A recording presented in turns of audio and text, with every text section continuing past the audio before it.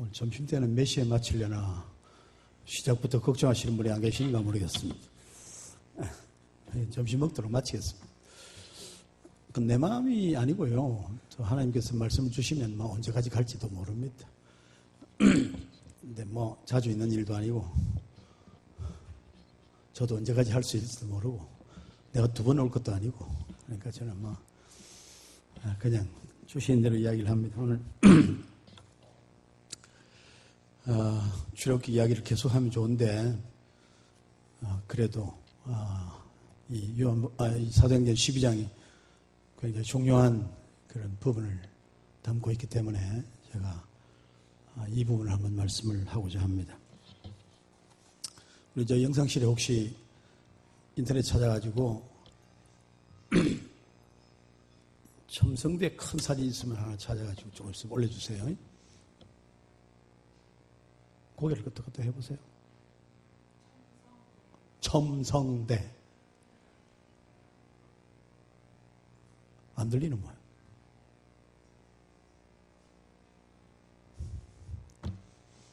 You can hear me? No? 위에는 좀 더워요. 선풍기 하나 있으면 좋은데. 여러분의 내쉬는 숨, 모든 것이 전부 여기로 옵니다. 그래서 여기 올라왔으면 굉장히 더워요. 그래서 저는 1년 내내 제 뒤에 선풍기를 늘 두고 있습니다. 그래서 겨울, 한겨울이라도 선풍기도 틀어가면서 설교를 하는데 그 말은 덥다고 쉽게 내려가거나 그러질 않겠다. 뭐 그런 이야기였어요. 네. 사도행전 12장. 왜 오늘 이 본문인지 나중에 이제 여러분들이 읽으면서 좀 생각을 해보면 좋겠는데, 역사 이야기를 하는 것입니다. 역사에 대한 관심을 많이 가져야 합니다. 하나님은 역사 속에서 하나님 누구이신지를 우리에게 보여줍니다. 뭐 공자왈, 무슨 맹자왈 이렇게 하는 것이 아니고 구체적으로 일어나고 있는 역사 속에서 우리는 하나님의 모습을 발견할 수 있습니다. 그래서 성경은 역사를 굉장히 중요하게 다루고 있습니다. 그래서 역사를 들여다보는 그런 노력을 우리가 많이 해야 됩니다. 역사를 가만히 살피면 역사는 절대로 눈에 보이는 것만으로 이루어지지 않는다는 것입니다. 일어난 역사적 현상을 이렇게 보면서 눈에 보이는 것만으로 판단을 하면 항상 쏟게 되어 있습니다. 눈에 보이는 것은 빙산의 일각이다. 밑에 이만큼 있는데 드러난 건 요만큼밖에 없습니다. 이것 갖고 왈가왈부를 하면 사실은 전혀 다른 이야기가 일어날 수가 있다 하는 것입니다. 그래서 정치인들이 무슨 이야기를 이렇게 역사적인 뭐 이야기를 해가지고 역사적 어떤 사건이 벌어지면 신문이 말하거나 사람들이 말하는 것만 보고서는 판단하면 실수하는 경우가 많습니다. 말하지 않는 것, 보이지 않는 것, 그런 또 다른 이야기가 그 밑에 많이 숨어 있다. 많이 숨어 있습니다. 우리가 개인적인 일도 마찬가지잖아요. 교회 안에서 서로 뭐 잘 아는 것 같은데 사실 잘 몰라요. 얼굴도 알고 이름도 알고 말기는 아는 것 같은데 근데 실제로 그 사람 아냐 물으면 잘 몰라요. 할 수 있는 이야기가 많지를 못합니다. 오죽하면 황혼이 이혼을 하겠어요? 60 넘어가지고 그래가지고 은퇴하고 퇴직금 탈 때까지 기다렸다가 서로 퇴직금 타면 나눠 먹자 이렇게 해가지고 은퇴하는 사람, 이혼하는 사람이 요즘 굉장히 많아졌. 황혼, 이혼이 엄청난 속도로 늘어나고 있다. 아니 그만큼 살았으면 뭐 그냥 살지 얼마나 더 살 거라고 그걸 이혼을 하냐. 젊은 나이도 아니고 그냥 살지. 그런데 정말 살다가 내가 참고 살고 했는데 더 이상 못 참는다. 더 이상 내 인간이 이런 인간인 줄 몰랐다. 하루라도 살아도 내가 그냥 내 혼자 살아야지 같이 못 살겠다 이러고 이혼을 합니다. 그렇게 밤낮 죄로 같이 살았는데도 불구하고 그가 어떤 사람인지, 어떤 남자인지, 어떤 여자인지 몰랐다는 거예요. 후회스럽다는 겁니다. 지금이라도 안 되겠다. 이런 말을 합니다. 한 사람도 그런데 여러분 역사적 사건이 오죽하겠어요? 그냥 무슨 말을 한다고 그게 전부 다 그건 착각할 수밖에 없는 것이라 하는 겁니다. 그런 일들이 엄청나게 많습니다. 요즘 뭐 일어나고 있는 이 정부를 향한 일들 보면 아니 뭐 박근혜 대통령 탄핵 한쪽 편은 매주 토요일 나가서 태극기 들고 데모합니다. 박근혜 죄 없다? 한쪽 편에서는 막 촛불 들어가지고 감옥에 보내가 몇십 년 살아라. 너무나 극단적이에요. 양쪽에 아니 한 사람을 두고 한 사건을 두고 어떻게 이렇게 다를 수가 있나. 달라도 너무 다르다. 만날 수가 없어요. 이건 완전히 극과 극이라. 근데 이런 일들이 계속 일어나고 있다. 지금 대통령 때도 계속되고 있습니다. 청와대에서 울산시장 이거 부정선거한 거 아니냐? 했다. 경찰은 해가지고 공소를 제거합니다. 청와대에서 죽으라고 아니라고 부인을 한다.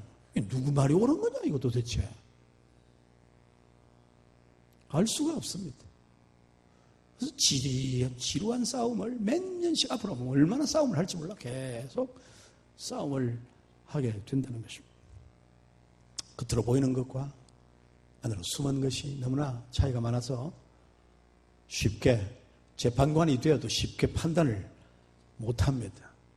그래서 1심, 2심, 3심 뭐 그래도 지난번에 화성의 연쇄살인사건 이재춘인가 하는 친구 10건인가 10명인가 뭐 사람을 죽였잖아요. 좌편 건물 7번째가 8번째 누가 하나 죽인 사건은 다른 사람이라고 해가지고 범인을 해가지고 뭐 20년인가 뭐 얼마인가 형을 살고 또 나와 밖에 있는데 이 화성 연쇄 살인범 잡혀가지고 그것도 내가 했다. 이러니 기가 찰로도 아닙니까? 경찰이 조사를 내가 검해가지고 이 사람 확실하다 하고 감옥 넣어가지고 20년인가 징역을 살렸는데 그래가지고 만기 출소해가 집에 와 있는데 세상에 범인이 이제 저 친구라 그러니 이게 사람이 고칼 노릇이 아니에요? 이거? 아니 이게 뭐가 옳은 건지. 사형을 반대하는 이유가 만에 하나라도 만 명 중에 한 사람이라도 억울한 사람이 사형을 당하면 그걸 누가 그 죄를 감당할 수 있느냐. 그래서 사형시키지 않고 종신형을 시키고 감옥에 가두어둔다. 혹시라도 잘못됐으면 어떻게 하느냐. 사람의 판단이라는 게 완벽할 수가 없는 것이기 때문에 그래서 어렵고 특별히 보인 것만으로는 판단을 할 수가 없는 일들이 너무 많기 때문에 조심스러운 겁니다. 여러분 첨성대 아시잖아요. 첨성대 가보셨어요? 네? 경상도에 있으니까 가봤겠나 여기서. 우리는 심심하면 가는데 부산이니까. 저 첨성대 뭐 하는 겁니까? 예? 빨리 말 안 하면 점심 먹기 어려워집니다. 예. 뭐 하는 거라고요? 별을 관측하는 첨성대죠. 별을 관측하는 것이다. 근데 내가 볼 때마다 별을 관측하는 거. 아니, 별을 관측하려면 하늘과 좀 더 가까이 가야 되는데 어디 산 위에다가 하면 하늘하고 훨씬 가까울 건데. 저 첨성대에 있는 저건요, 경주에서 제일 낮은 동네예요. 제일 낮은 동네. 바로 옆에 바늘섬도 조금 더 높거든요. 그럼 첨성대는 조금이라도 높아야 하늘에 별을 가까이 갈 건데, 제일 낮은데 저거 별로 높기는 하나 말이죠. 높지도 않는데. 저기서 뭐 별을 본들, 뭔 특별히 뭐 밖에서 보나, 저 올라가서 보나, 무슨 차이가 있겠나? 참 이상하다. 그런 생각을 했어요. 근데 어느 날, 진짜, 동국대 어느 역사 교수가 첨성대는 단순히 별을 관찰하는 것이 아니다. 이런 발표를 해요. 그게 뭔 말인고? 조사를 분석을 했어요. 분석을 하니까 자, 한번 보세요. 밑에 바닥에 사각형으로 바닥이 있죠? 그 중에 원통형으로 이렇게 올라갑니다. 올라가는데 단이 쌓여져 있어요. 창문이 있습니다. 또 단이 있습니다. 밑에서 벽돌 단이 되어 있는데 창문까지 몇 단으로 되어 있어요? 잘 모르겠죠? 평소에 관심이 없는 거나 첨성대가 어떻게 되어 있는지 한 번도 세어본 적도 없고 그래가지고 그냥 뭐 첨성대는 12개. 그 다음에 창문인 데는 몇 단이에요? 3개. 석 단입니다. 그 위에 몇 단이에요? 12. 이건 짐작이 참 그래도 정말 세어본 겁니까? 오, 예. 12. 12, 셋, 12이에요. 저 위에는 제일 꼭대기는 보면 동그랗지 않습니다. 어떻게 되어 있어요? 사각형으로 된 게 2개가 올라가 있어요. 저게 뭘까? 열심히, 역시 학자들은 말이죠. 열심히 공부를 해요. 저게 뭐냐 도대체? 왜 저렇게 했을까? 벽돌을 세면 한 360개쯤 된다고 그래요. 저 창문은 지금 뭐 하는 데일까? 뭐 한다고 저 창문을 만들었을까? 전 들락날락 하는 아마 길 같은 느낌이 들기도 한다. 근데 가만히 연구를 해보는 사람이 12. 이게 자연을 관찰하는 것과 상관이 있다는 거죠. 그래서 12은 12달, 1년은 12달. 12 하면 합치 뭡니까? 24. 24은 1년 24절기입니다. 24절기. 저게 1년을 나타내는 것이다. 그럼 세 단 합치면 뭡니까? 27달이죠. 저 첨성대는 언제 만들어졌죠? 응? 신라시대. 경주니까 신라시대 맞죠. 신라시대 누가? 이때 초등학교 때 공부를 했는가 안 했는가 이게 표가 나는 거예요. 응? 저거 신라 선덕여왕, 신라 최초의 여왕 선덕여왕 때 지어진 겁니다. 633년 되게 그렇게 이야기를 합니다.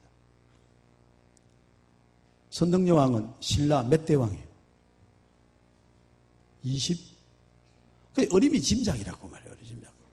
12, 셋 하면 뭐 27. 선덕여왕 27대 왕입니다. 그러니까 저게 저는 그냥 아무렇게나 쌓아놓은 게 아니고 1년 12달 24절기를 포함하면서 선덕여왕을 말해주고 있는 것이다. 선덕여왕 시절에 만들어진 것입니다. 밑에 한 단이 있습니다. 28. 위에 2개가 있어요. 저게 뭔가 하면 저게 사실은 우물정자 표시입니다. 우물정. 우물은 뭐죠? 옛날 사람에게 우물은 하늘로 통하는 길이다. 우물 쳐다보면 뭐가 보입니까? 하늘이 보입니다. 우물을 내려보는데 사실은 보이는 게 하늘이 보입니다. 그래서 이게 우물은 늘 하늘로 오르는 길이라고 생각했습니다. 합치면 27에 합치면 뭐가 됩니까? 몇 단이요? 밑에 하나, 위에 둘, 30이죠. 한 달 30일. 신라 사람들은요, 숫자에 대한 그런 생각 가운데 33이 특별합니다. 여러분, 제야의 종소리, 보신각 제야의 종소리, 섣달 금날 빵 치는, 지금도 치죠. 제야의 종소리. 몇 번 치는지 아세요? 네? 아세요? 33번. 그 송군 영신집에도 안 오고 맨날 그런 거나 듣고 그래. 뭐지? 그 송군 영신집 들었는데 그거 33번 하는데 어찌 알아요? 네? 뉴스로. 그 참 지혜롭다, 그죠? 33번 칩니다, 33번. 왜 33번을 칠까요? 왜 33번이야? 이유가 다 있습니다. 그냥 하는 게 아니고 이유가 있어요. 저게 30이죠? 밑에 땅이죠? 31. 보이는 게 뭡니까? 하늘, 32. 그 위로 올라가면 33 오르면 거기가 신라 사람들, 신라 불교에서 거기가 어디냐? 도리천. 도리천. 33천 도리천. 신라의 불교 사상에 33천 도리천 사상이 있습니다. 제가 세보진 않았는데 불국사 대웅전 올라가는 계단이 33개라 그럽니다. 도리천은 이 세상에서 제일 높은 산, 상상 속의 불교인들이 말하는 산, 그 성철 스님이 죽을 때 열반가 썼잖아요. 열반가. 죽기 전에 쓴 시가 있어요. 뭐라고 되어 있죠? 내 죄가 수미산보다 높아서. 여러분, 성철 스님은 불교에서 최고의 고승입니다. 그런데 그가 마지막에 쓴 글이 뭔가 하면 내 죄가 수미산보다 높았다. 수미산은 눈에 보이지 않는, 머리에 보이지 않는 상상 속에 최고 높은 산 이름이 수미산이에요. 그 수미산 위로 올라가면 뭐냐?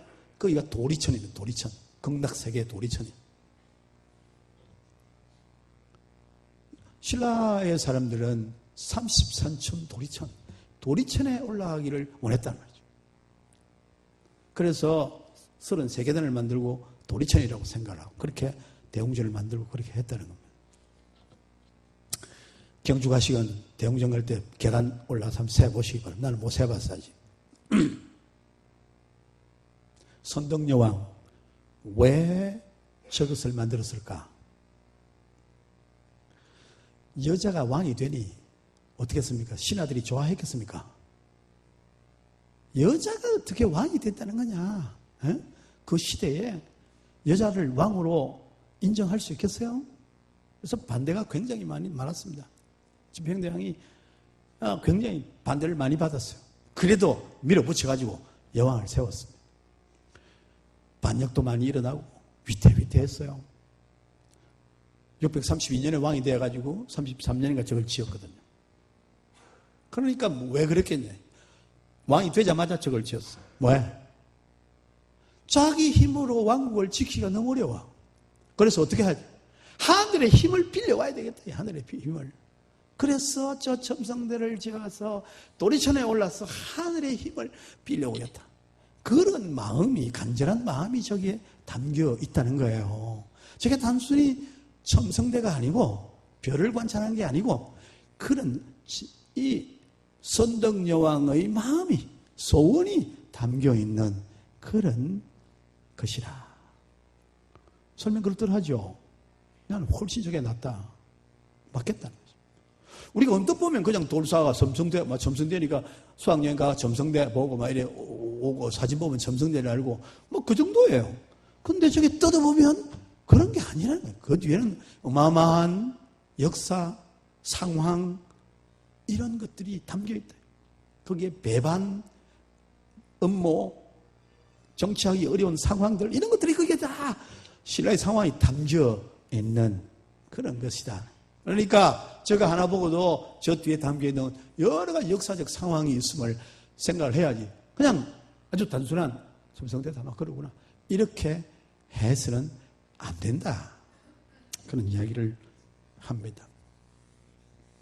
오늘 우리 이건 본문 사도행전 1장부터 쭉 지속됩니다. 사도행전은 성령행전이라 그렇게 말합니다. 하나님의 복음의 역사가 기록된 곳입니다. 예수 그리스도의 죽으심, 부활하심, 성천, 성령 강림 이런 굵직한 사건 이후에 이제 본격적으로 제자들이 변화되어서 복음을 예루살렘에서, 사마리아에서, 유대에서 사마리아 온 땅 끝까지 이르러 복음을 전하는 그런 굵직한 역사의 흐름이 쫙 흘러가고 있습니다.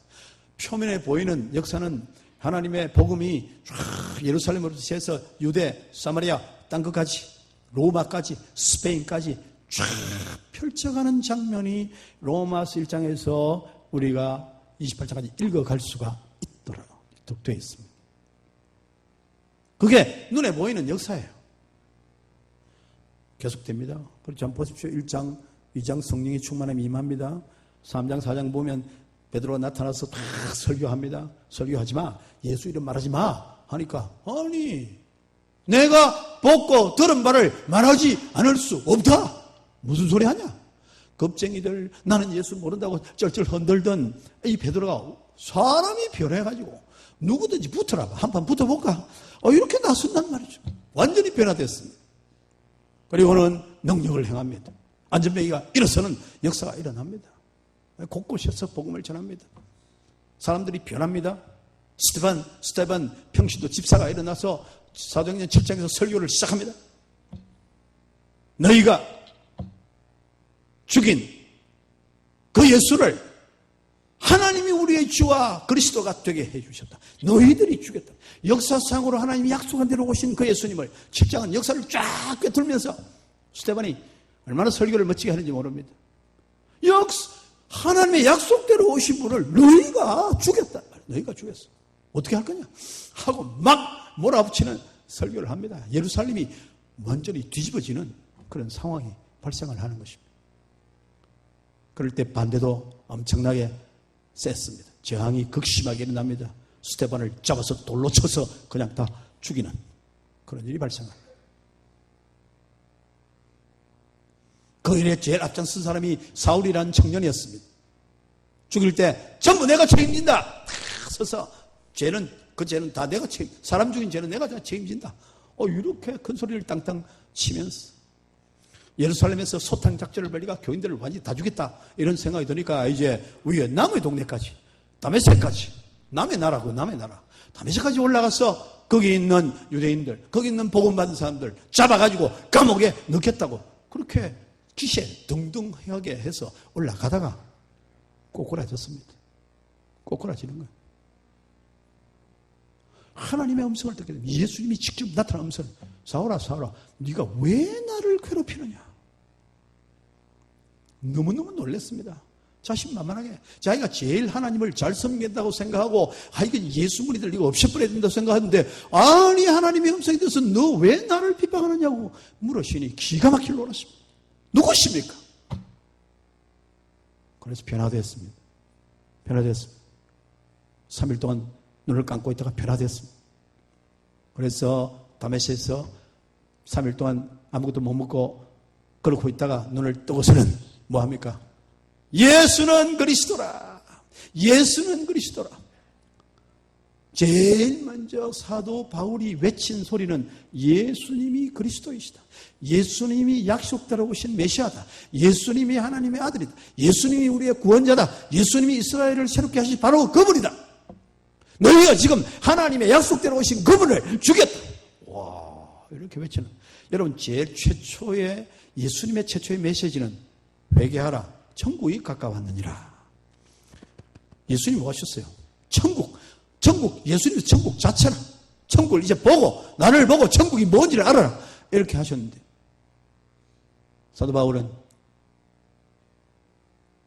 예수님이 그리스도이시다.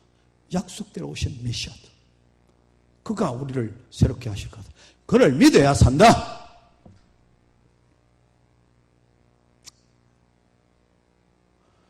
아니, 변화받자마자 완전히 정반대의 말을 하기 시작합니다. 지금까지 예수 믿는 사람 잡아가지고 죽이고 감옥에 넣고 이걸 하던 사람이 한 번 빵 부딪히고 나니까 완전히 정반대의 말을 하기 시작한다.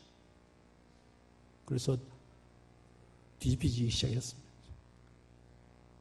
그래서 제 아들은 그를 믿을 수가 없어요. 아니, 저게 진짜냐? 저게 변한 척 해가지고 자기 편에 가까이 오는 사람 있으면 딱 이름 적어놨다가 나중에 왕창 잡아하는 거냐? 저 진짜 믿을 수 있는 거냐? 그 사람들이, 사도들은 가까이 하려 하지 않는, 그래서 자기 고향 다소로 물러가 있는 이런 변화가 팍 일어나는 이런 상황입니다. 그렇게 하면서 복음은 계속해서 나아갑니다. 스데반의 일로 말미암아 8장 1절에 보면, 사도행전 8장에 보면 스데반의 일로 말미암아 사람들이 막 흩어지기 시작. 예루살렘 일단 다 죽게 생겼다. 그래서 우리 안 되겠다, 살자, 살아남자 하고 다 갑니다.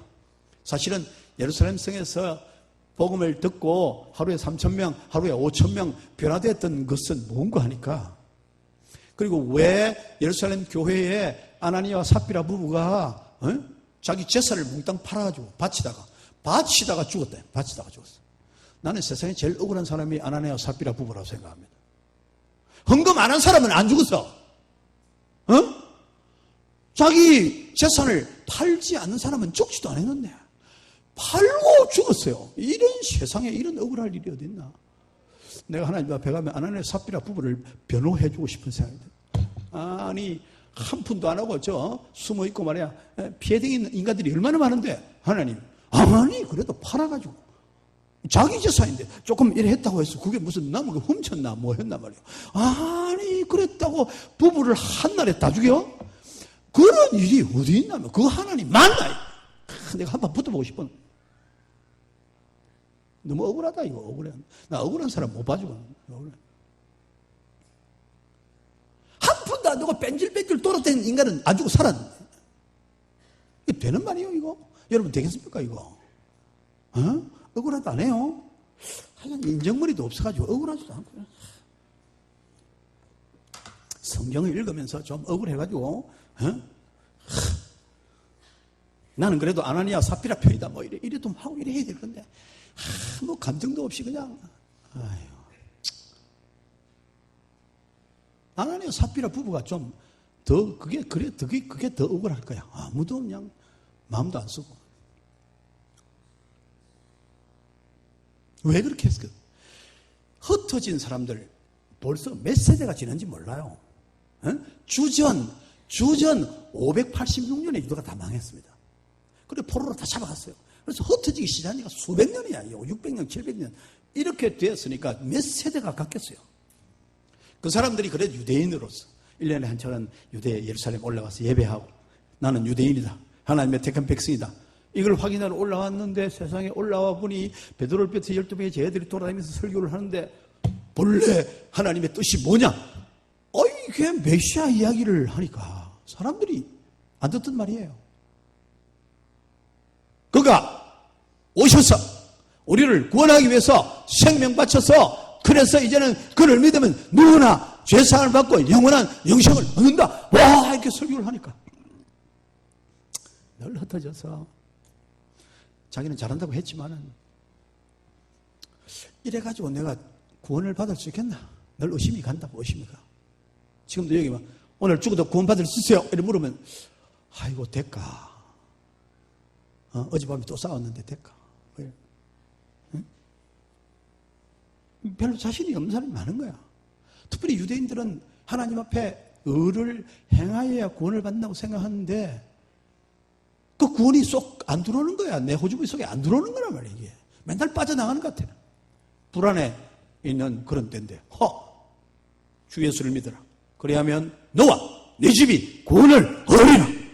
제 아들이 이렇게 설교를 하니까 이거 확실하고 간단한 거라. 간단해. 회개하고 주 예수를 믿어라. 이게 너무나 간단한 문제라마. 복잡한 게 하나도 없어요. 힘들 것도 없고. 그러니까 이 사람들이 집으로 안 돌아가. 집에 안 돌아가고 성경을 풀어서 해석하는 그 일이 즐거워서 예루살렘에 남아있는 거야. 이게 수천 명 수만 명이 남아있으니까 어떻게 먹고 사나? 어떻게 먹고 살아? 먹이려니까 보통 문제가 아니에요. 그래서 힘 있는 사람은 일해가 먹고 살겠지만은 과부들 힘도 없는 사람 어떻게 먹고 사나? 그래서 예루살렘 교인들이 재산을 팔아. 한 푼, 두 푼, 몇 푼 헌금해가 될 일이 아니야 이건. 그래가지고는 감당이 안 돼요. 아예 재산을 밭을 몽땅 팔아서 내는 거예요 교인들이. 그래서 그걸 팔아가지고 교인들을 먹이기 시작했단 말이에요. 그 왜 아나니아 삽비라가 그걸 몽땅 팔아가 아이고 다 팔아내버리면 우리는 뭐 먹고 사노? 그 사실은 아주 실제적인 이야기가 실제적으로 뭐 먹고 살 건데 다 내버리면 우리 먹을 거 좀 챙겨놓자. 그게 뭐 잘못됐어요? 왜 그랬을까? 그만큼 많은 사람이 하루에 5,000명, 뭐 3,000명 이건 지금 다 밖에 들어온 사람들이에요. 변화돼서 안 가니까 먹여야 되니까 하루에 몇천 명을 먹이려 해보세요. 얼마나 있어야 되겠는지. 그러니까 막 논을 팔고 집을 팔아서 내놓는데 초대교인들이 굉장했습니다. 돌아온 백성들, 하나님께로 돌아온 사람들 우리가 책임진다. 예루살렘 교회가 책임지고, 열심히 한 사람 몇 명입니까? 열심히 한 사람 한 120명밖에 더 됩니까? 120명의 중직자들이 몇천 명을 책임을 진다, 이거. 책임을 진다.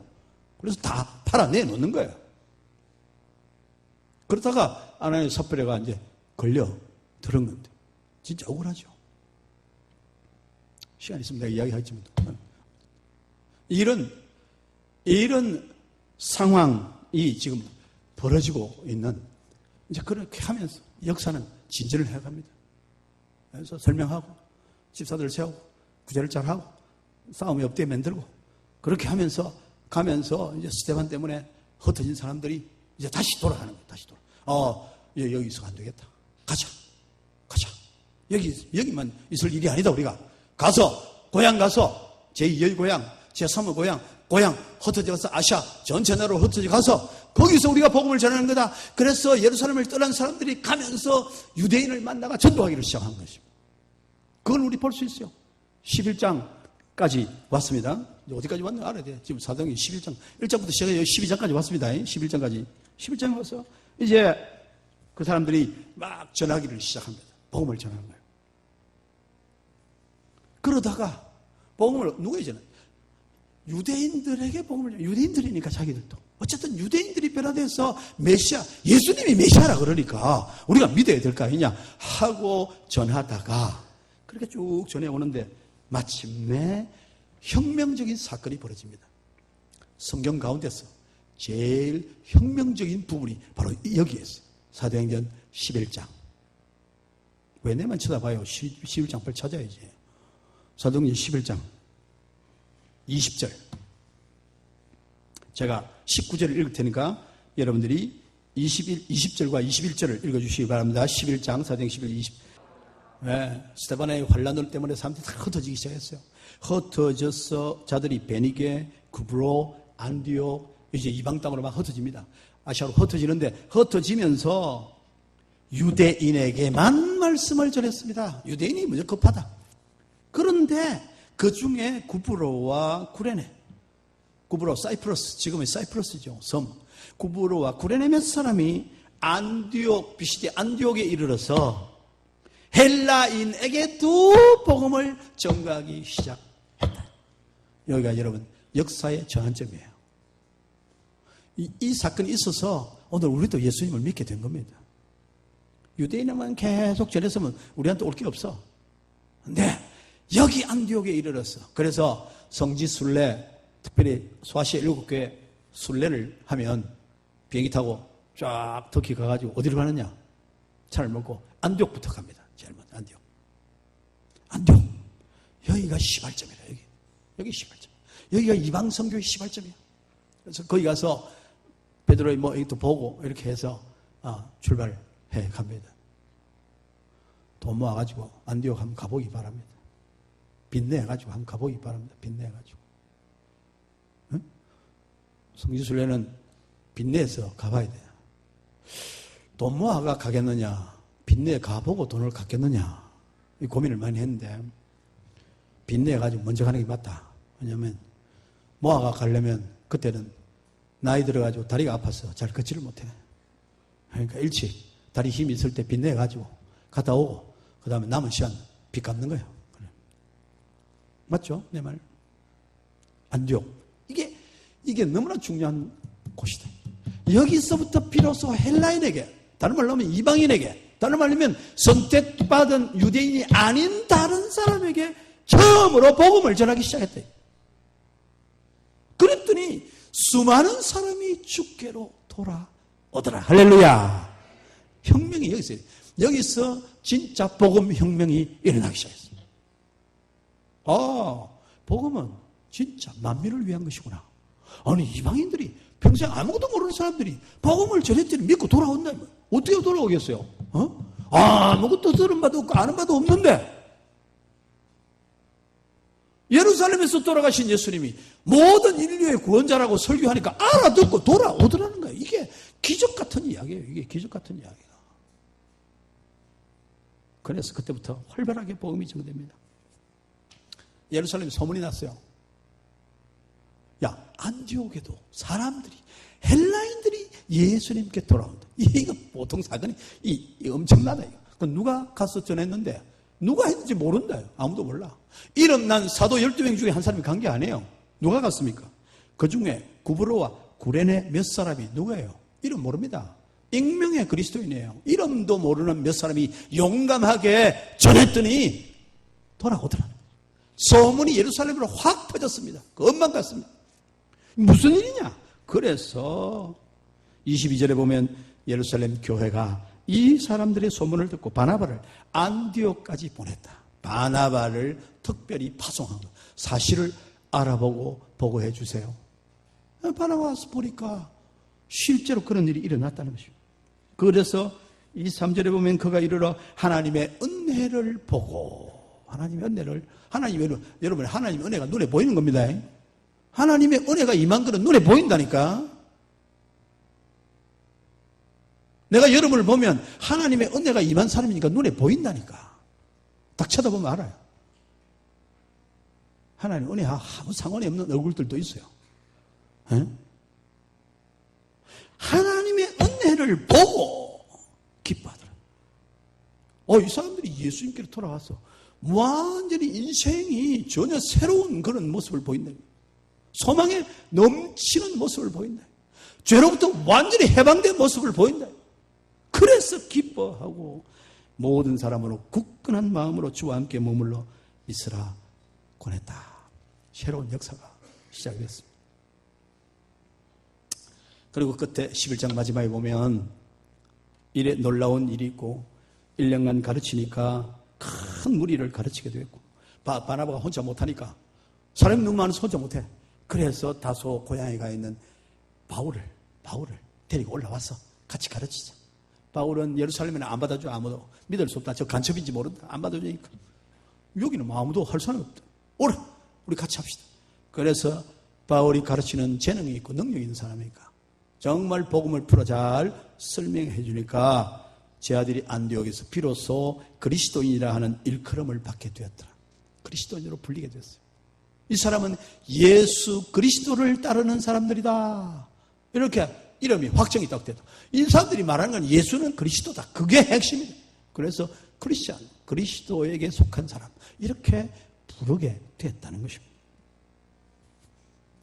그러니까 안디옥 교회가 아주 든든히 섰습니다. 그리고 바로 그때 교회가 든든히 선 때에 선지자들이 예루살렘에서 안디옥에 이르렀습니다. 선지자들도 예루살렘에서 안디옥에 왔어요. 아가보라는 사람이 있었습니다. 그 사람이 한 사람이 일어나 성령으로 말하되 성령의 감동함을 입고 뭘 말했냐 하니까 천하에 큰 흉년이 들 것이다.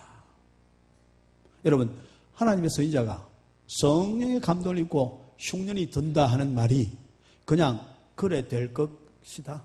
그냥 객관적인 서술입니까? 아니면 그건 하나님의 심판으로 흉년이 든다는 말입니까? 뭐예요? 그냥 객관적 진술 아닙니다. 이건 천하에 흉년이 들리라 이 말은 하나님의 진노가 임할 것이다 그 말이에요. 그렇게 하니까 실제로 기근이 글라우디오 때에 실제로 그렇게 됐다 그랬습니다. 그러니까 기근이 드니까 사람들이 살기가 힘들잖아요. 특별히 기근이 어디에 들었느냐? 어디에? 천하에 드는 것 중에 특별히 예루살렘 교회가 어려워진 겁니다. 거기에 흉년이 극심하게 됐다. 그래서 교회가 어렵다는 소문이 들려오게 됩니다. 그래서 안디옥 교회, 이 개척 교회가 헌금을 따로 했습니다. 헌금을. 개척 교회가 소리를 들었어요. 예루살렘 교회가 너무너무 힘들다는 소식을 들어요. 그래서 모였습니다. 우리가 예루살렘 교회에서 헌금을 합시다. 구제 헌금을 합시다. 여러분, 서울에 여의도 순복음교회가 불에 타가지고 어렵게 됐다. 그래서 그러면 여기 익산에 있는 왕공중보교회가 우리 여의도 순복음교회에서 헌금 한번 합시다. 되겠습니까? 우리 교회 보고 그 헌금 해두라 하면 내가 해주겠습니까? 안 해줘. 안 해줘. 부자는 망해도 3년을 간다는데 뭐 그 큰 교회 뭐 저거 알아서 하지. 그거를 뭐 아니 뭐 교회가 뭐 흉년 좀 들었다고. 아니 그걸 못 견뎌요?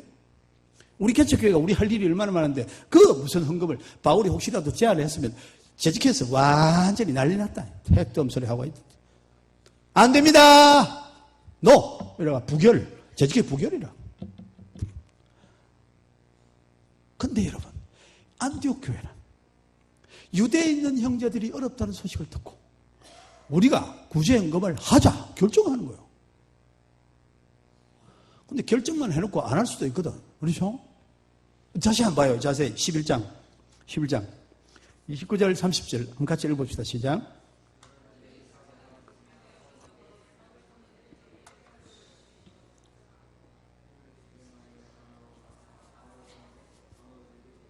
여기 동사가 세 개가 나타나요. 세 개가. 한번 보세요. 첫 번째는 뭡니까? 보내기로 작정하고 형편을 듣고 어떻게 할까요? 농인을 하니까 어떻게 할까요? 우리 한번 헌금합시다. 작정이 어렵거든. 그거 반대 의견이 많이 날 수 있어요. 회장, 목사님 그러는 거 안 돼요. 이거 할 수 있거든. 그럼 뭘 그걸 신경을 씁니까? 그 사람들 알아서 우리가 급한데 지금. 우리도 돈 모아가 예배당도 짓고 해야 될 건데 뭘 그런 걸 걱정을 하고. 근데 작정하고. 근데 작정만 할 수 있거든. 작정만 해놓고 실제 안 할 수 있어요. 그래서 기다려봅시다. 어째 되는지 알아보고 진짜 필요한 건지 이래 할 수 있거든. 작정하고 그 다음에 어떻게 했습니까? 실행하여. 벌써 이 본문 보니까 내 마음을 딱 꿰뚫어 보고 있는 것 같아요. 와, 저것들이 작정만 하고 안 하고 지나가려고 기다릴 수 있다. 실행하고 그 다음에 실행하고 돈을 딱 모을 수 있으면 헌금해가지고 모을 수 있어요. 모아가지고 어떻게 하는가? 그것도 기다리는 거라. 힘들면 저가 한번 와서 인사를 하든지 도와주세요 이래 하면 건네주든지 우리가 헌금해가 그거까지 갖다 주고 예루살렘 안디옥이 얼마나 먼데 어디로 간단 말이오. 이래 할 수 있어요. 작정하고 실행하고 그 다음에 바나바 사울의 손으로 장로들에게 보내니라. 안디옥 교회 한번 보세요. 이 진짜 멋진 교회입니다. 지금도 여러분 그런 교회 있습니다. 그런 교회. 몇 교회 개척해놓고 제 친구 목사가 지금도 좀 시간이 좀 흘렀습니다만 그런 불평을 해요. 어느 교회 목사가 개척교회가 다 도와주기로 돼 있는데 얼마씩 돈을 자기 딱 목사님이 교회에서 받아가 자기 끊고에 딱 넣으라고 안 보낸다는 거예요. 한 달, 두 달, 석 달 막 미루고 그래가지고 목사님이 오늘 이달에 오나 안 되면 이제 해가지고 하나 사들고 이제 목사님 차에 가서 목사님 요새 돈이 안 들어와요 이렇게 하면 그때 안 갔어요? 자기가 안 보내놓고 안 갔어요? 이래가 이제 돈을 내준다는 거예요. 그래 와서 이제 엎드리가 인사도 하고 이래야 준다. 자기 돈 주는 것도 아니고 교회에 헌금한 건데 목사님이 그런 목사님도 있대요. 그걸 안 거야. 성령 하나님 미리 하시고 여기다 써놨어요. 곧다고 짓 하지 말아요. 작정하고 실행하고 보내 적극적으로 보내라. 이 안디옥 교회는 여러분 개척교회가 이방인의 교회가 이방인을 무시하는 유대 형제들을 위하여 작정하고 실행하고 돈 들여서 시간 들여서 사람 들여가지고 그 먼 길을 보내니라. 그 사람을 둘이나 보내는데 돈 조금 해가 보내겠습니까? 몇 푼 해가 두 사람이나 들리가 보낼 수 있겠어요? 얼마나 열심히 했겠네. 최선을 다해가지고. 그래도 두 사람이 가도 내놔도 부끄럽지 않을 만큼 액수를 모아가 가지 않았겠네 이 말이에요.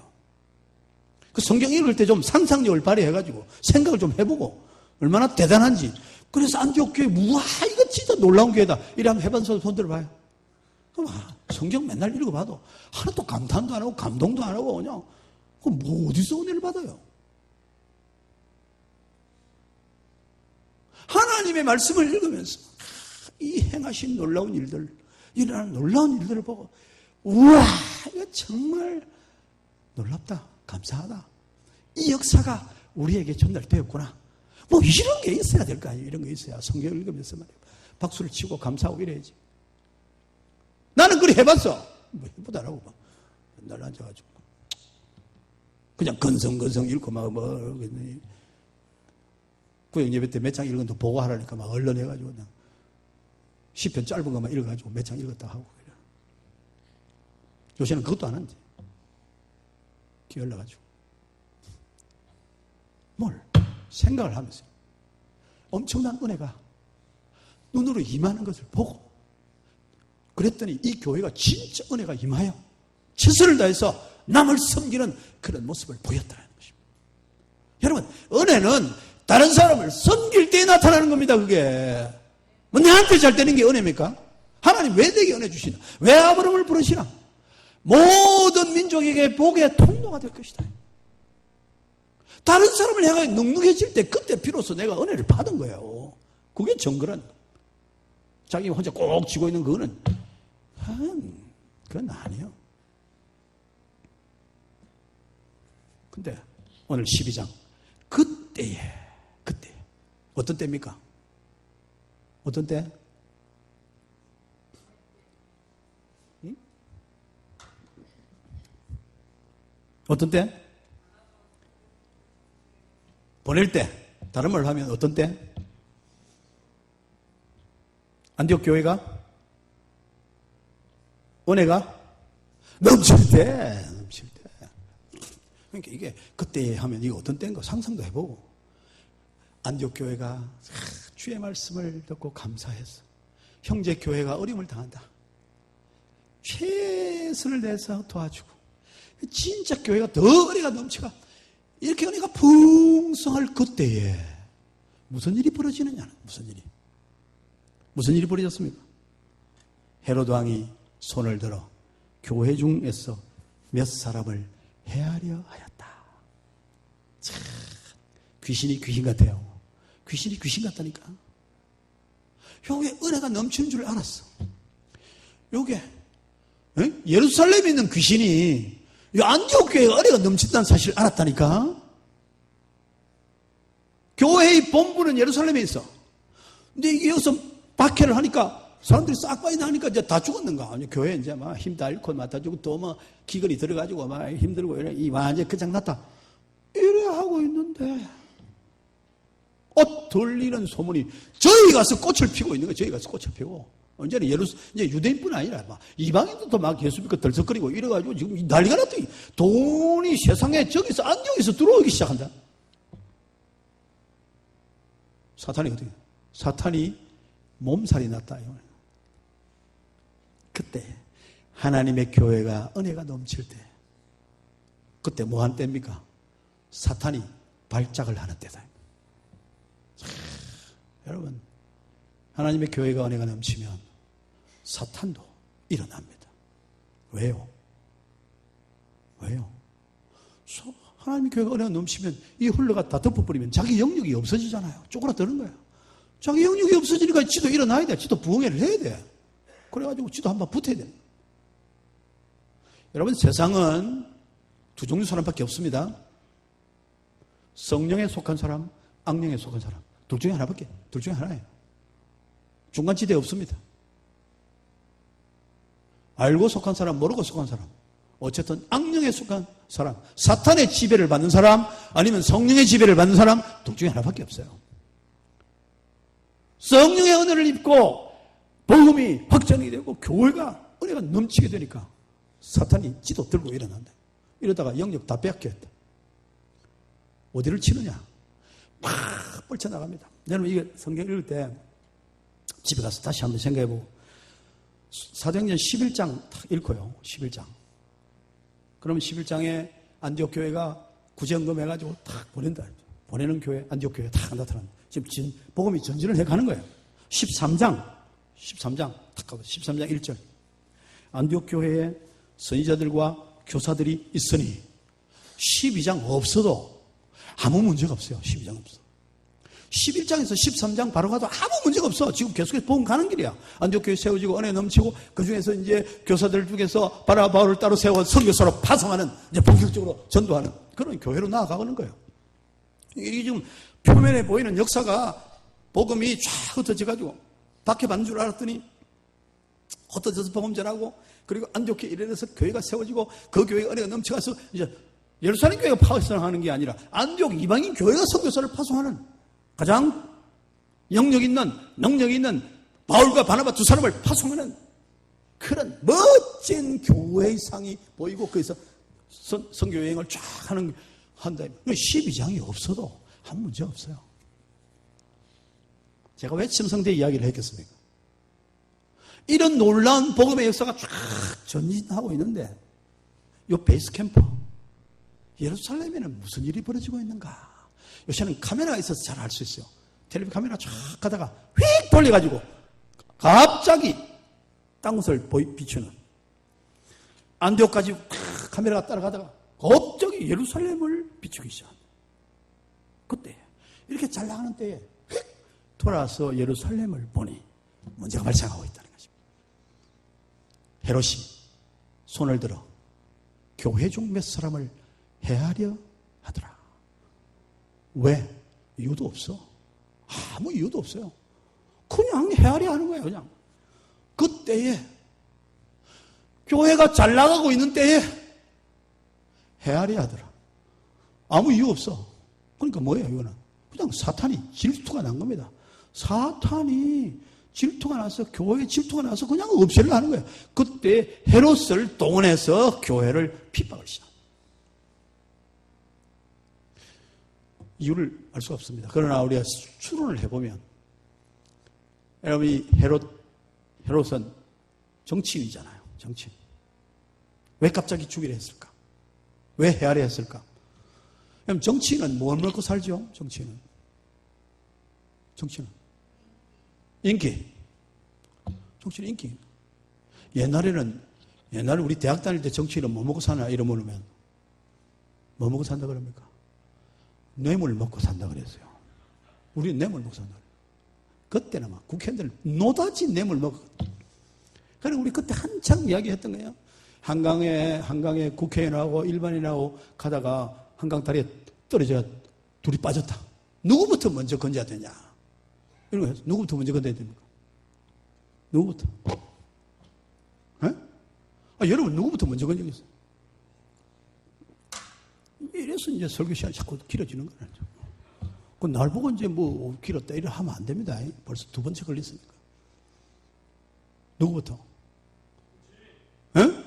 정치부터. 왜? 우리가 옛날에 그렇게 이야기하고 살았어요. 왜 그 정치 놔두면 한강물이 오염돼가 못 마셔. 빨리 건져내야 돼. 뇌물만 먹고. 그 인간 가짜는 그 국회의원. 우리가 늘 그렇게 조롱하고 놀래고 그랬거든요. 근데 사실은 그게 뇌물 먹고 사는 게 아니고 요새는 이제 그것도 많이 사라지고 좋아졌습니다. 정치인은 인기를 먹고 삽니다. 다른 말로 하면 여론을 따라 사는 거잖아요. 여론을. 지금은 여론조사 한다고 난립니다. 제 카톡에도 막 온 동네 사람들이 뭐 고향에 있던 국회의원 후보자까지 와가지고 전화 오거든 나를 꼭 밀어주세요. 막 끝까지 들어주세요. 이거 온 동네 사람 다 들어. 여론을 먹고 삽니다. 아마도 헤롯이 짐작해보면 여론이 나빠진 것 같아요. 뭔가 잘못해가지고. 그래가지고 이게 뭐 인기가 자꾸 떨어지는 거죠. 그러니까 정치인들은 이게 어쩔 수 없이라도 자기 인기를 올리도록 노력을 해야 되는 거예요. 노력해야 돼요. 그럼 뭐 사건을 터뜨려. 뭐든지. 요새 우리 대통령도 어쨌든 인기 올려보려고 하는데 애를 많이 써요. 가만히 보면 애를 많이 써요. 요새 좀 약간 위기다. 노력하는 게 정상적이죠. 예를 들어서 헤롯이 아마 인기가 많이 떨어질 것 같아요.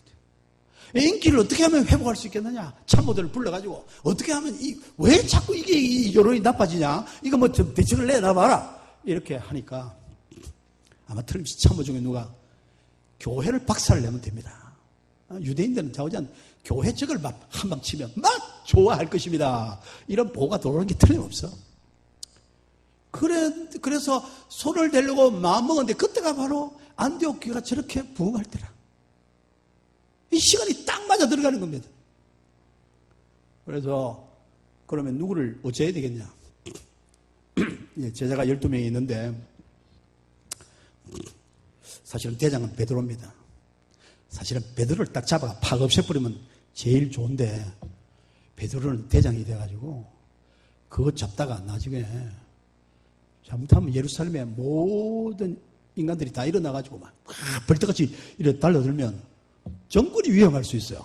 그러니까 그건 안 되고 그렇다고 제 꼴찌에 있는 도마 이런 거 건드려가지고 그 아무 약발에 안 먹히고. 그래 이 참모들이 내가 볼 때 조사를 많이 한 거예요. 조사를 다. 12명 성향 분석을 다 했어요. 해보니까 야고보가 좋겠다. 야고보. 왜 야고보냐? 예수님이 계실 때에 예수님 제자가 12명인데 그 중에서 특별히 예수님의 사랑을 받은 제자가 몇 사람? 3사람. 누구? 베드로, 요한, 야고보. 3사람이에요. 그런데 예수님이 성천하고 난 다음에 초대교회 지도자 중에서 제일 앞장선 사람은 누구? 사도행전 3장의 성문에 올라갈 때, 기도 시간에 성문에 올라갔을 때 누구 갔어요? 베드로와 요한 둘이만 갔어요. 야고보가 없어요. 3장, 4장, 8장 다 가도 베드로와 요한 둘이만 나오는 거예요. 이 친구들이 조사를 다 했어. 딱 조사해보니까 3사람이었는데 그 중에 하나 야고보가 무슨 일인지 약간 좀 떨어졌어. 약간 한 발짝 뺐어. 요까지 조사를 다 한 거예요. 그래가지고 왕이요. 가만히 살펴보니까 옛날에 3명이 같이 롤롤랄라 하고 막 다녔는데 요새 그 중에 한 명이 약간 좀 젖었어요. 요 둘이를 건드리면 예루살렘 교회 신망이 워낙 두터워서 잘못하면 우리 죽습니다. 그 그리스도인 일어나가 벌떡같이 일어나면 감당하기 어려워요. 그러니까 꼴찌도 안 되고 3번 요새 열심이 약간 떨어진 야고보 요거 잡아 죽이면 별로 저급편도 없고 괜찮을지 모릅니다. 딱 보고 올라간 거라. 그러니까 그래 좋다. 그래 잡아라. 그래서 사실은 베드로를 잡아서 완전히 한번 박살을 내야 되는데 고려 끝에 건드려도 크게 화가 없고 그렇다고 아무 약발도 안 먹는 게 아니고 그래도 괜찮은 인물 야고보 딱 걸렸어.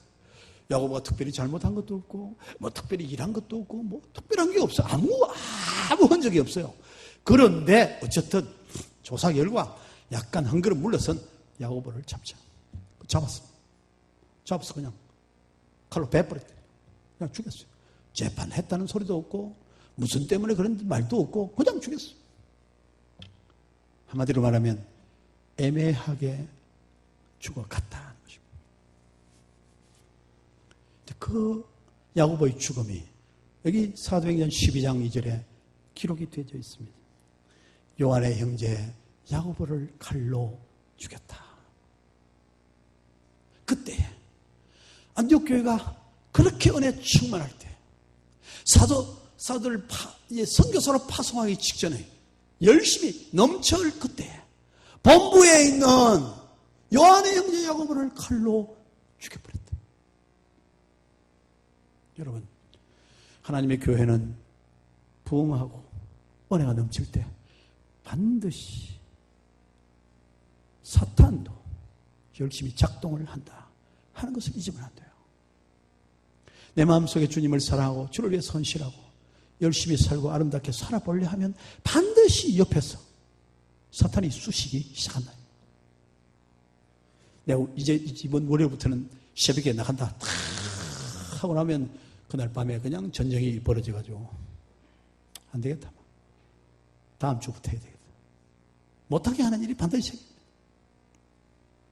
평소에 별일 없던 사람들이 교회 등록하고 예수 믿어볼까 하면 시비를 거는 사람이 생겨가지고 교회를 그냥 한두 번 오다가 스톱하는 사람이 많습니다. 요 최근에 우리 교회 2 자매가 왔는데 나이 좀 든요. 한 몇 주간 잘 왔어요. 근데 상당히 마음에 좀 보였어요. 그래서 제가 참 귀하게 생각하고 기도하고 이랬는데 여기 한 석 줄 오더니 안 보이는 거라. 한 주일은 언니가 안 오더니 그 다음 주일은 동생이 안 오더니 11살 둘이 멈췄어요. 어떻게 된 거냐? 뭐를 그 2 사람을 이게 진짜 교회를 가야 되나 말아야 되나 누가 옆에서 막 쑤시는 거야. 이 전쟁이 벌어지고 있는 속에 은혜가 넘치면 사탄도 활동을 한다니까요. 거꾸로 해볼까요? 은혜가 없으면 어때요? 사탄도 가만히 있다. 나는 예수 믿는 지금까지 산 동안 내가 예수님 앞에 산다고 아무런 문제가 없었다. 그거 괜찮은 말입니까? 안 되는 말입니까? 어? 난만 예수님인데 아무 문제가 없었다. 그 괜찮은 말입니까? 어떤 말입니까? 내가 주를 섬기고 믿는데 무슨 고민하는 일도 없고 내가 참 가슴 아프게 울 일도 없고 아무 일도 없이 편안했다. 그 말은 무슨 말이요? 사탄이 숫자로 안 쳤다. 그 말이야. 니는 막 있으나 없으나 아무 내한테 아무 신경도 안 건들린다. 이 말이라. 말귀 제대로 알아들어야 됩니다. 그걸 뭐 잘났다고. 나는 신앙생활인데 아무 지금까지 문제가 없었어. 그걸 잘났다고 큰 소리에 박박 해서 하면 문제가 있다니까. 내가 주의 말씀을 따라 살려고 하면 없던 시험도 생기고 갈등도 생기고 어려움도 생기고 주의 나를 위해서 헌신을 해보려 하는데 문제가 생겨요. 우리 어느 분이 제가 교회 가서 얼마 안 돼서 왔어요. 저한테. 목사님, 제가 이달에 11조를 1,000만 원을 해야 되겠는데 해도 되겠습니까? 그럼 무슨 말이고 도대체? 뭐 내한테 시비 하는 거야 뭐야? 뭐 1,000만 원 11조 할 거 있으면 하면 되지. 또 목사한테 와가지고 해도 되겠습니까? 그건 또 무슨 말이야? 여러분 그럼 뭐라고 대답하겠어요? 너 귀가 찼어. 목사님, 내 다음 주에 이번 달에는 1,000만 원 제가 11조 해야 되겠는데 해도 되겠습니까? 그건 뭔 말이에요? 김장로님 그건 무슨 말이에요? 그래서 내가 눈을 두그레 뜨고 가만히 있었습니다. 뭔 말이고 이게? 내가 어이가 없어가지고 이상한 질문을 하고 있다. 그 제가 말을 안 하고 가만히 있었어. 그 눈만 끔뻑하고 뭔 말을 하자는 건가? 왜 그렇습니까? 아니 목사님 뭐 지난번에 제가 뭐 교회 뭐 해서 내가 헌금을 좀 했더니 그때 뭐 한 300만 원인가 얼마 헌금을 한 적이 있는데 했더니 그걸 누가 알아가지고 그 당신 뭐 혼자서 그렇게 헌금 많이 하면 되나? 이거 11을 걸더라는 거야. 11을. 그래서 이번에 내가 헌금을 1,000만 원을 하면 틀림없이 나한테 11을 걸 건데 그래도 되겠습니까 이거야? 목사님 좀 막아주겠습니까? 뭐 이런 말이. 아니 웃깁니다. 웃겨요. 교회는 누가 뭘 좀 하려면 꼭 시비 거는 사람이 있어. 꼭 시비 걸어. 뭐 자기 안 하면 가만히 있으면 될 건데 남 하는 것도 못하게. 그 실실 걸어가지고 긁어가지고 막 상처를 내. 우리 교회 지금도 그렇게 당하는 분이 한 분 있어요. 열심히 하니까 슬슬 꺾는 거라. 여러분, 우리가 하나님 앞에 제대로 살고 은혜가 넘쳐서 뭘 하면 반드시 사탄이 동작을 시작합니다. 그래서 긁기 시작하는 거예요. 이런 일이 있어야, 이런 일이 있을 때, 어려움이 있을 때 오해를 받고 무슨 소리를 듣고 뭐 니 혼자 잘났나 뭐 이런 소리 할 때 시험이 들면 안 되고 어떻게 생각해야 됩니까?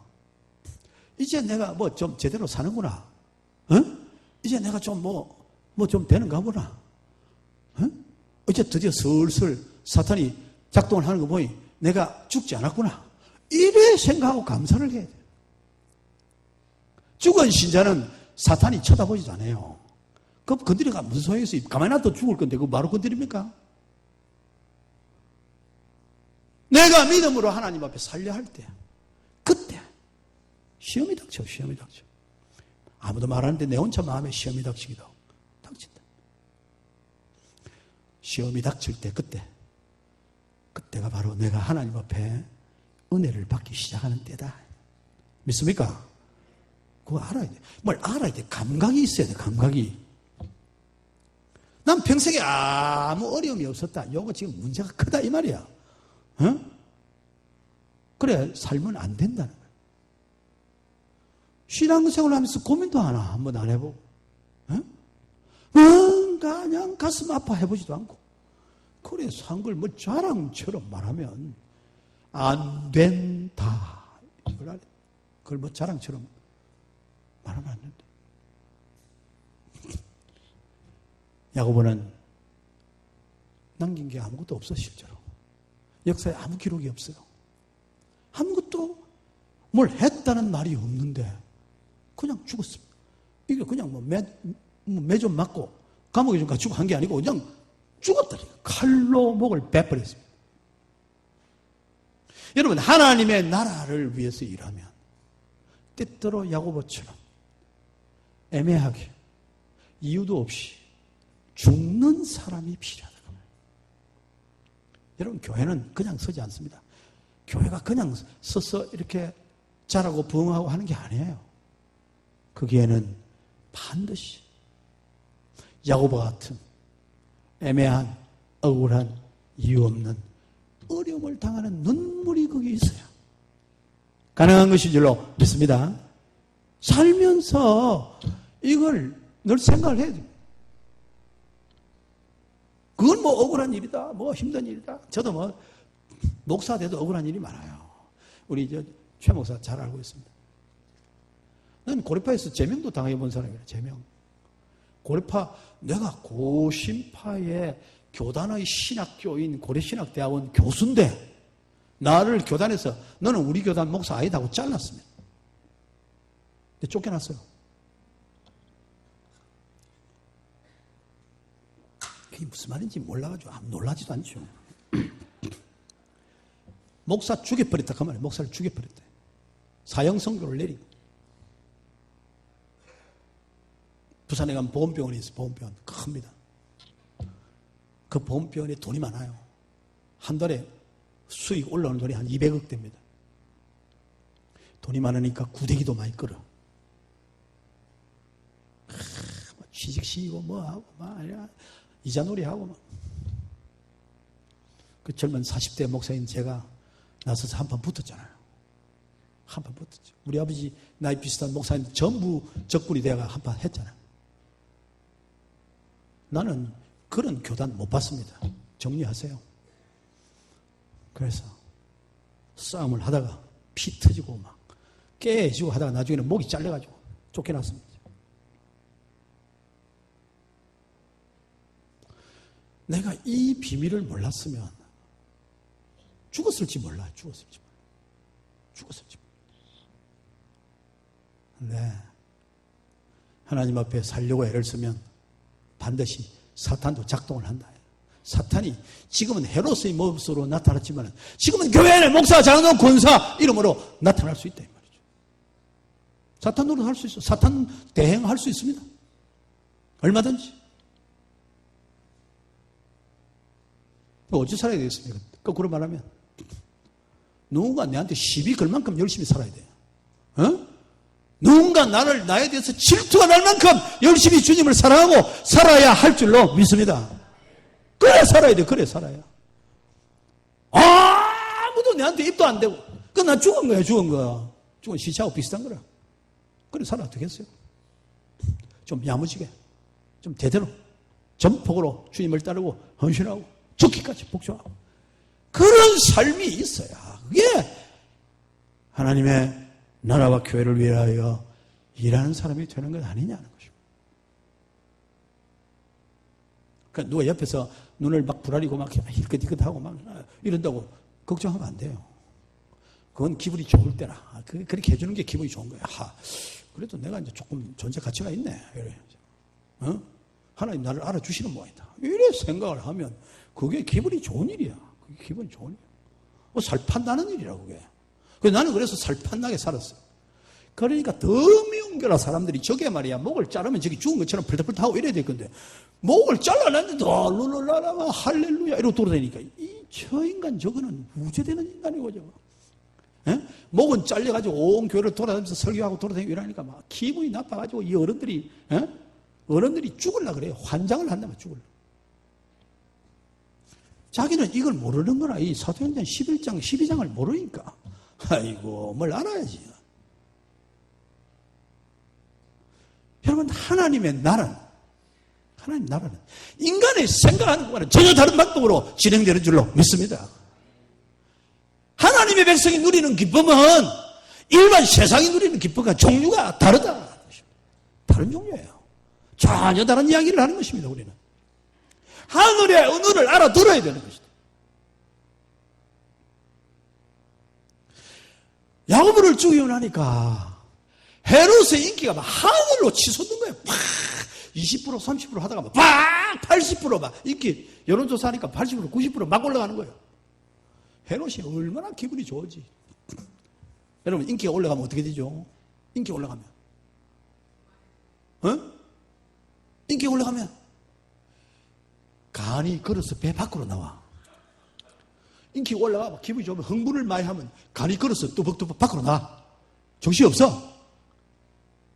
그래가지고 완전히 제정신이 아니고 옛날에는 전혀 할 수 없던 일을 하는 거예요. 막 저지르는 거예요.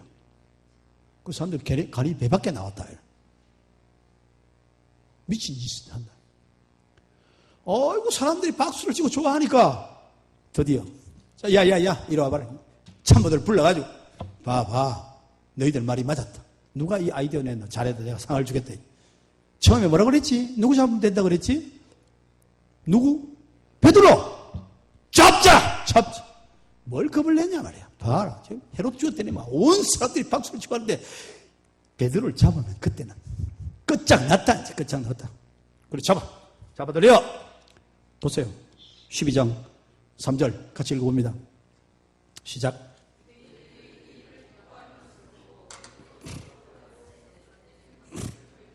예, 유대인들이 이 일을 기뻐하는 것을 보고, 그 무슨 말입니까? 인기가 하늘로 치솟는 것을 보고, 여론이 막 폭발적으로 올라가는 것을 보고, 베드로도 잡으려 할 때, 본래 목표가 베드로라. 인기가 팍 오르니까, 베드로 잡아라. 간이 배 밖으로 나니까 겁이 안 생긴다만. 예수 믿는 걸 뭐 어때? 무조리 잡아라. 흥분해가지고 정신이 하나도 없고, 헤롯을 딱 걸릴 수 있잖아요. 흥분해가지고 막 어쩔 줄을 모르는. 잡았어. 베드로 잡았어. 옥에 가두었어. 근데 그래 걱정이 돼. 베드로는 능력도 행하는 사람이기 때문에 옥에 가둬놓고도 그냥 안 가두어요. 가두는데 어마어마하게 가둡니다. 6절 한번 볼까요? 6절 읽어봅시다. 헤롯이 잡아내려고 하는 그 전날 밤에 베드로가 두 군인 틈에서 두 쇠사슬에 매여 누워 자는데 파수꾼들이 문 밖에서 옥을 지키더라 그랬어요. 3절에 보면 4절에 잡으면 옥에 가두어 군인 내식인 네 패에 맡겨 지키고 4명을 일개조로 해가지고 4조를 만들었대. 4인 1개조 16명을 446 16명을 베드로 지키는데 동원했대. 사교대를 하는 하루에 사교도 하면서 지키는 거예요. 한 사람을 4명이 지켜 한꺼번에. 어떻게 지킵니까? 양쪽에 2사람 딱 붙여. 양쪽에 2사람 붙여. 쇠사슬을 채워. 채우는데 둘이 딱 채워. 양쪽에. 그래서 누워서 일어나려면 어떻게 해야 됩니까? 3사람 같이 일어나야 돼. 꼼짝 못합니다. 2사람 밖에 지켜. 빠져나갈 틈이 없는 거예요. 옛날 우리 군대 훈련 받을 때 훈련소에서 밤에 화장실 가려면 혼자 화장실 못 가요. 요새는 아마 그리 안 할 겁니다. 화장실 가려면 반드시 옆에 사람 깨고 둘이 가야 돼. 왜냐하면 탈령할지도 모르고 화장실 가서 막 화장실 안에 뛰어들어가 자살할지도 모르고 무슨 짓을 할지 모르니까 둘이 반드시 조를 해가지고 가야 돼. 딱 붙여놔가지고 꼼짝 못하게 만들었어.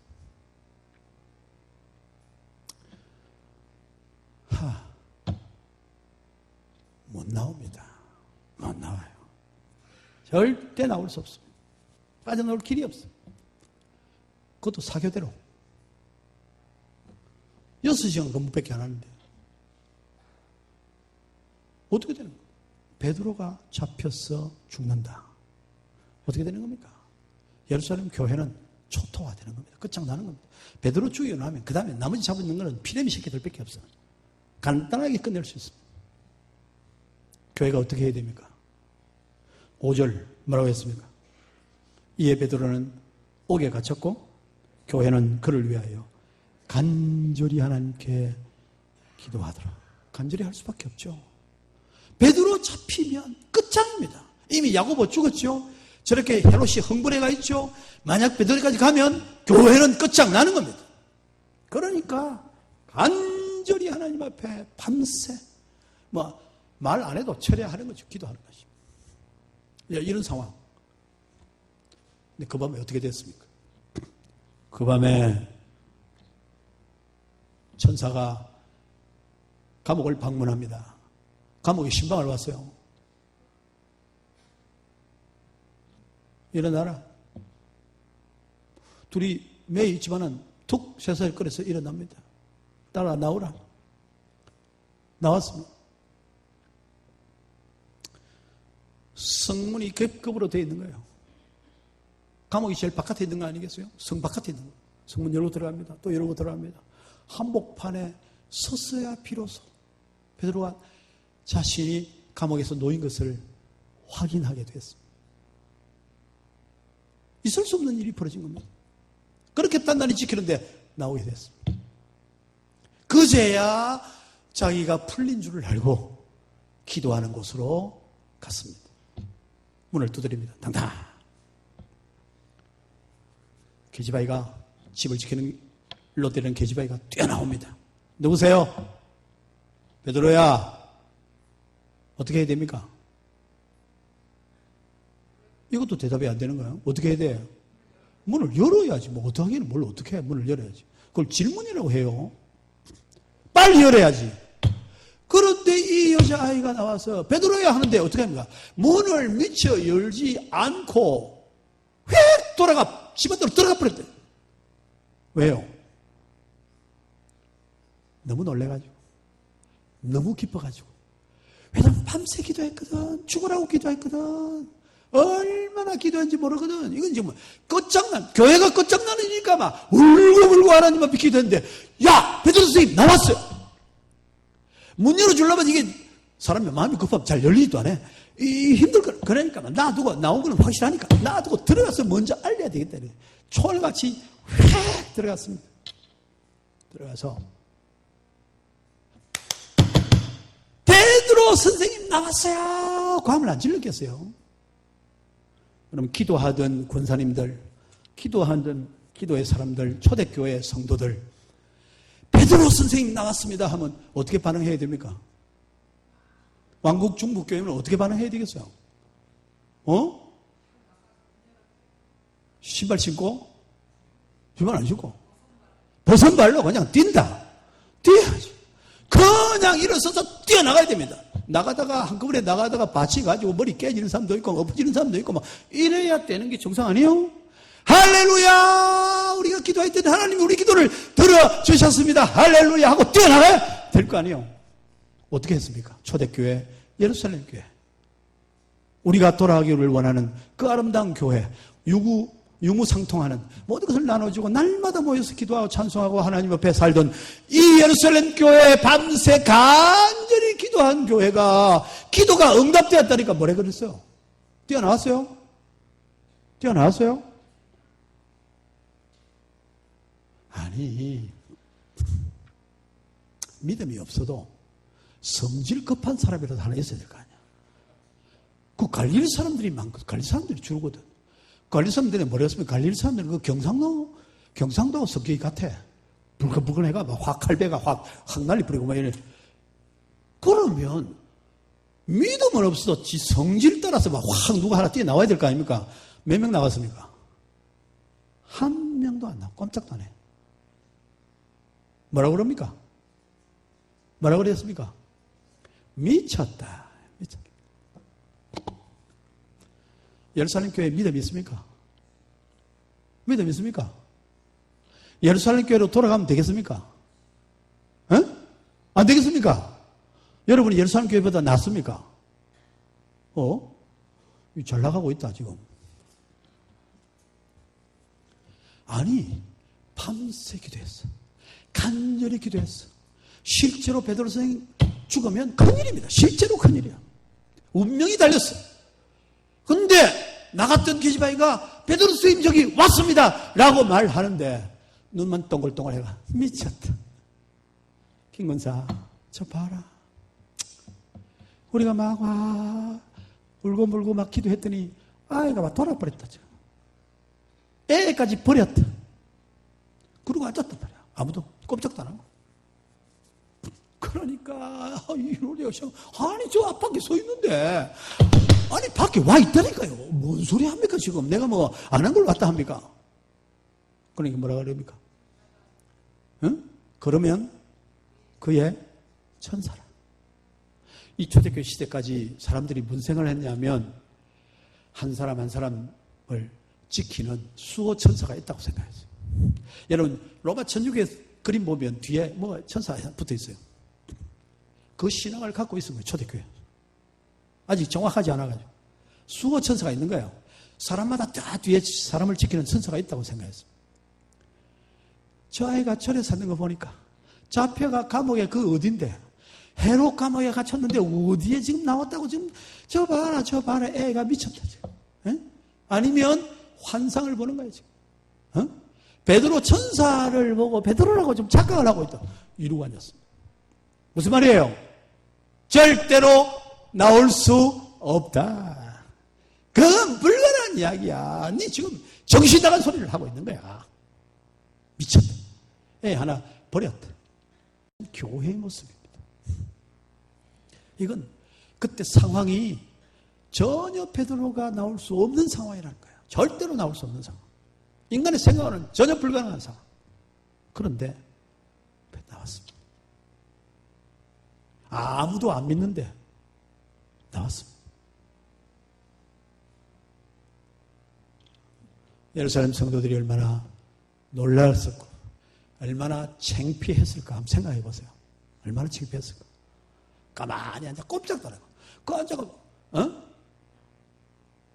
그 많은 사람이 앉아가지고 꼼짝도 한 사람도 하나 놀리는 밤도 없고 시험삼 하면 나가보는 사람도 없고 말똥말똥 해가지고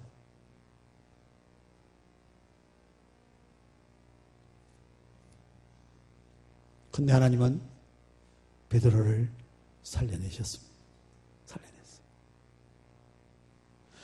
여러분 베드로가 죽으면 교회에 엄청난 위협이 될 수 있습니다. 상징적으로도 엄청난 위협이 되고 마치 하나님이 헤롯에게 찐 것처럼 보이게 되어 있습니다. 하나님이 그래 할 수 있습니까? 그래 할 수 없습니다. 그래 할 수 없어요. 베드로는 지금 필요한 사람이에요. 그러니까 지금 상황은 완전히 죽게 된 상황이지만은 하나님은 베드로를 죽게 내버려 못 두는 거예요. 반드시 베드로는 살아야 하는 사람. 하나님의 나라를 위해서는 사는 사람이 필요하다 그 말입니다. 하나님 나라를 위해서는 죽는 야고보가 필요한가 하면 한편에는 반드시 살아야 하는 사람도 필요하다는 것입니다. 그 사람은 절대 죽이지 못합니다. 그 누구라도 손을 댈 수가 없다.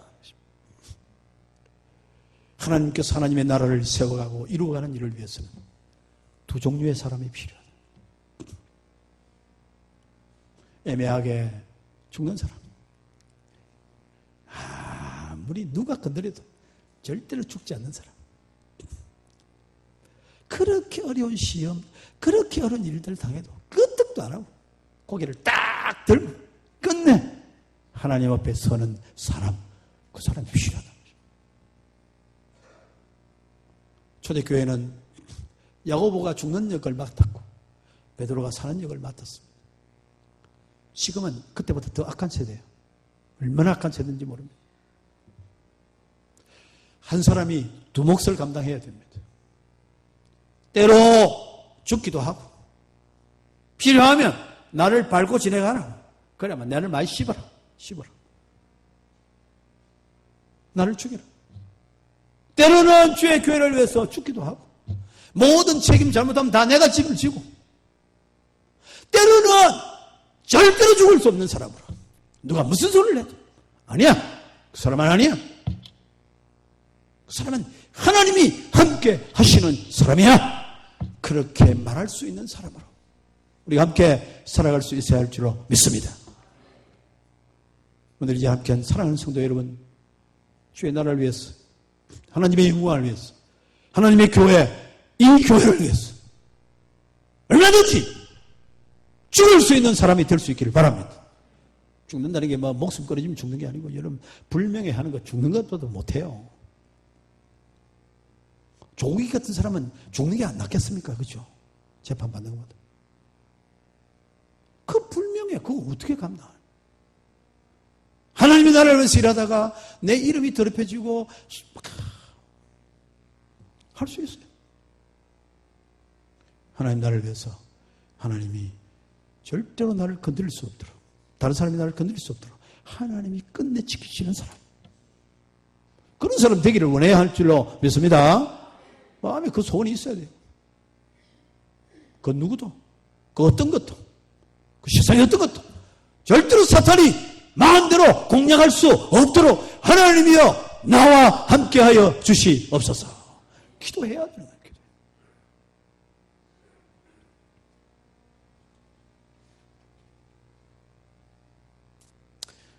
신학책에도 없고 어디에도 없는 이야기 하나만 하겠습니다. 하나님은 우리의 기도를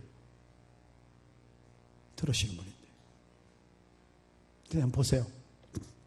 여기 예루살렘 교회 베드로를 위해서 간절히 기도했습니다. 근데 기도의 결과 응답이 돼가 베드로 나왔는데 교회가 믿습니까? 안 믿습니까? 안 믿는 거예요. 안 믿어. 아니 기도 밤새 했는데 안 믿어. 무슨 말입니까? 주여 베드로 사도까지 죽으면 안 됩니다. 절대 안 됩니다. 절대로 안 됩니다. 하나님 살려주세요. 살려주실 줄 믿습니다. 박원사 되겠나? 안 되겠지. 안 된다. 아이고 헤롯이 택도 없다. 첩첩이 지키고 있다는데 되겠나? 안 되겠지?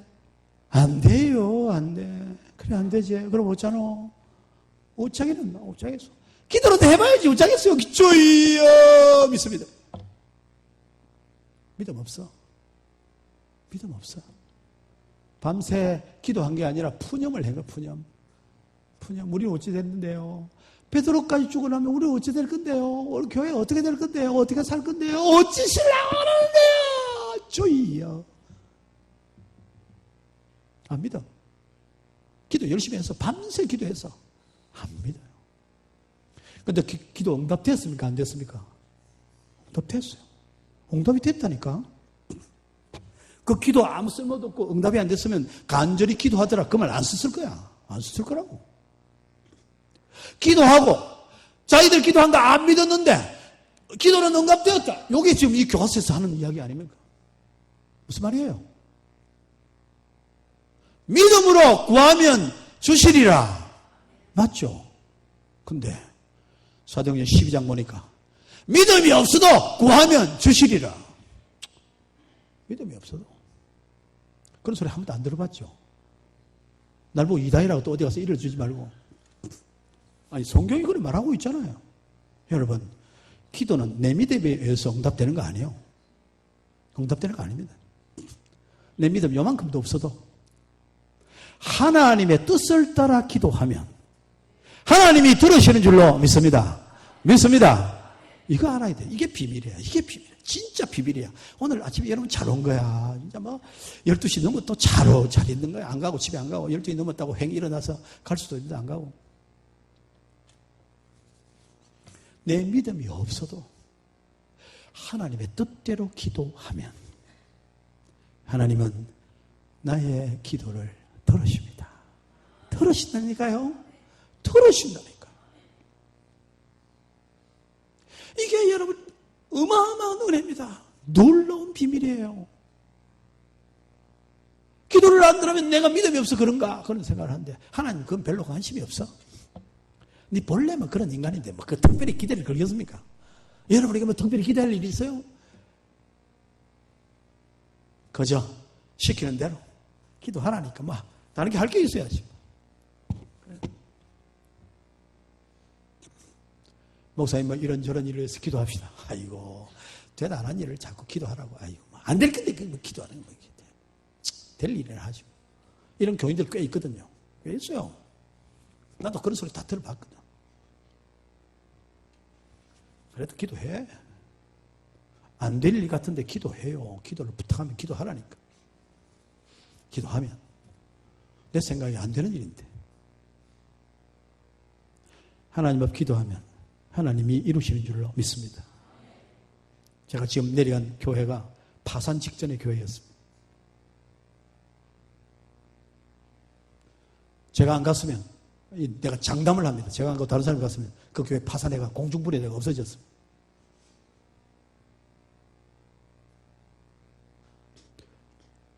하나님이 아시니까 신학대학원에 있는 나를 57살에 57의 달을 보냈어요. 57의 단임 목사로 했죠. 4년만 더 근무하면 나 연금도 받을 수 있는데 나 연금도 날라가 버렸어. 아무것도 없어. 그 교회는 지독하게 인색한 교회라. 아무것도 안 해줄 거라. 왜냐하면 우리 아버지가 그 교회에 계셨기 때문에 내가 그 교회를 알잖아요. 교회는 한 70명 모이는 교회를 15년 동안 아주 죽기 살기로 해가지고 1000여 명이 넘는 교회를 했는데 쓰러지니까 얼마나 냉정한지요.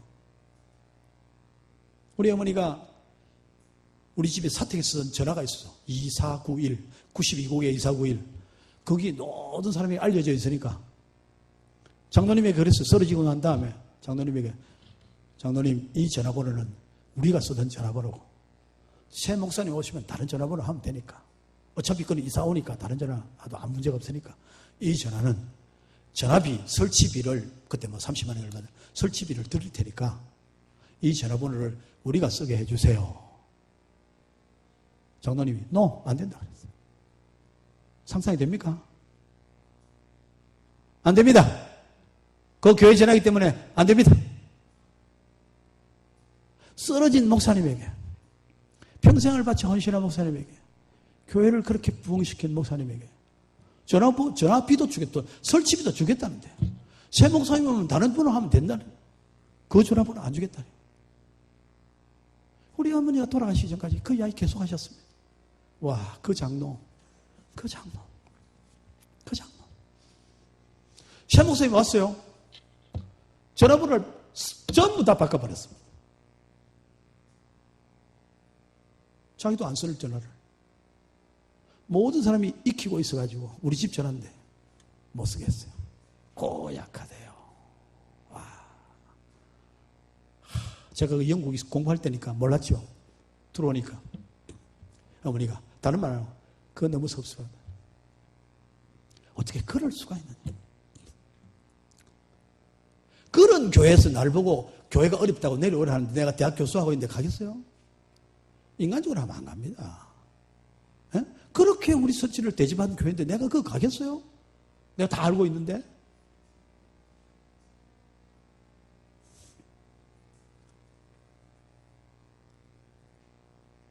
연금도 다 날리고 내가 그거 가겠어요?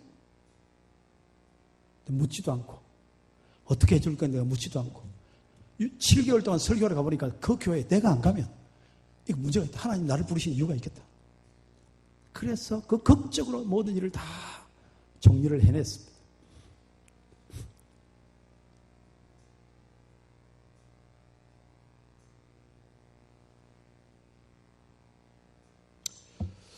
뭐 사람 생각을 하면요, 기가 막힌 일들이 있죠.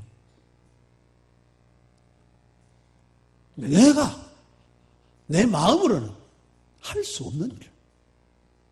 근데 하나님이 하라고 하시니까, 하나님이 가라고 하니까 신학대학 교수직을 내가 내려놓고 갔습니다. 그 어려운 교회, 빚만 있는 교회.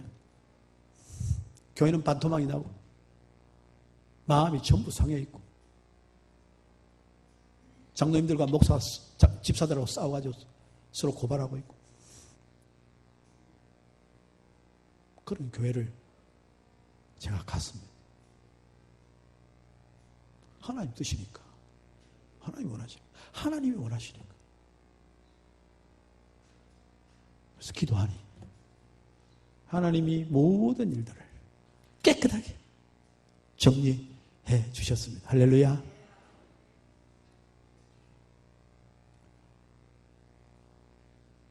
내 마음에 원하지 않더라도, 내가 기대가 없더라도 하나님 앞에 기도하면 그게 하나님의 뜻이면 반드시 이루어지는 줄로 믿습니다. 이 믿음을 가져야 돼요. 이 믿음을. 기도는 무슨 내가 굉장히 위대한 위인이니까 내 기도를 들어진다 그런 거 없어. 니나 내나 별 수가 없는 거라. 겨자씨만한 믿음이 있으면 산을 들어 바다에 빠지라도 빠질 것이요. 이 세상에 태어난 속에 산을 움직여 바다에 빠지라는 사람이 있었습니까? 한 사람도 없잖아요. 겨자씨 요만해. 보이지도 않아. 그것도 없다. 아무도 그것도 없는 거야. 아무도. 니나 내나 믿음이 없는 거요. 대단한 것 같아도 아무도 대단한 산을 명한 사람이 아무도 없고 간 일이 역사에 없어. 그럼 니나 내나 똑같은 거야. 겨자씨만한 요 믿음은. 우리 믿음으로 되는 게 있어요? 믿음도 하나님 주셔야 되는 거예요.